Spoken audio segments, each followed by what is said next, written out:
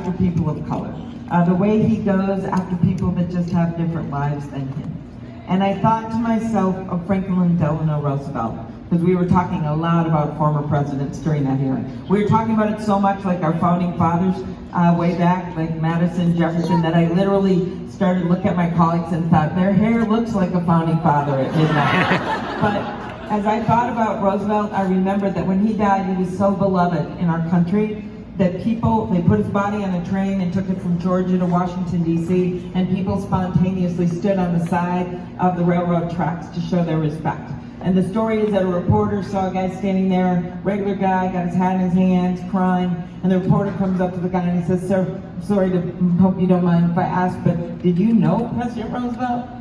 And the guy says, no, I didn't know President Roosevelt, but he knew me. He knew me. I can tell you this.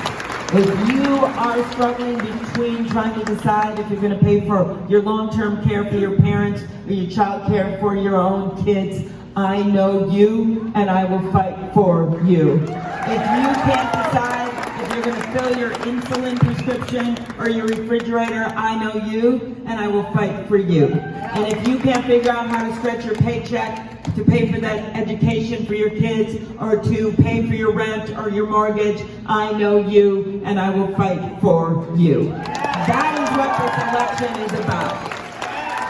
So despite everything and all the fighting that's going on right now on that debate stage, I am someone that has brought people with me with that simple heart.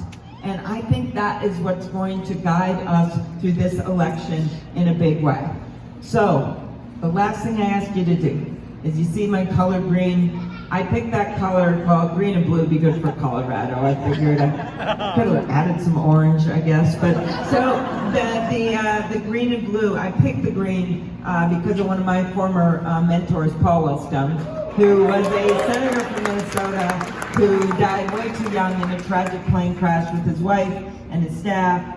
And it was in his election year. He was going to get reelected. First time he ran, no one thought he had a chance. He was running against someone that had a huge bank account. Sound familiar? No one thought he had a chance, and he just wouldn't give up. And he had this green bus, and he would go all around our state, and then he would run back and forth in the parades, and he would talk really, really fast in his ads, and he got miraculously elected. And then when he was running for a re-election for the third time, that's when he died, in that year.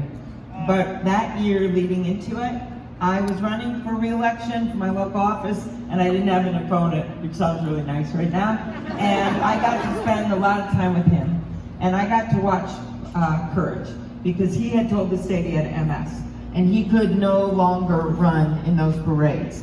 He could no longer really hardly walk in those parades. So instead, he would stand on the back of that green bus, and he would just wave. But here was the coolest part. He had energized so many people in these green shirts to run around that bus, and they were just running in constant motion that you didn't even notice he wasn't running himself. And that is what I am asking you to do for me. Not literally run around in Aurora bus, but I am asking you, because I can't go to every state and be there all the time, because I love grassroots campaigning. I love getting around your state in that bus with Salazar and those guys. I loved it, but I can't do that because we've got umpteen of these Super Tuesday states, not to mention Nevada and South Carolina in front of us. So I'm asking you to do that for me. I'm asking you to talk to your friends, to get them to vote, to explain who I am, to explain how to pronounce my name, I don't care, and to tell them what I'm about, because that is how you build a movement. No one thought I was still going to be standing up on this stage. They didn't even think I was going to make it through that snowstorm when I announced. They didn't think I was going to make it through the summer on the debate stage. But I am still standing because of pure grit. And it is the same grit of so many people in the state of Colorado who pick themselves up every day no matter what happens, who have the resilience to keep going. So I'm asking you to do that for me, and then we will win and we will beat Donald Trump.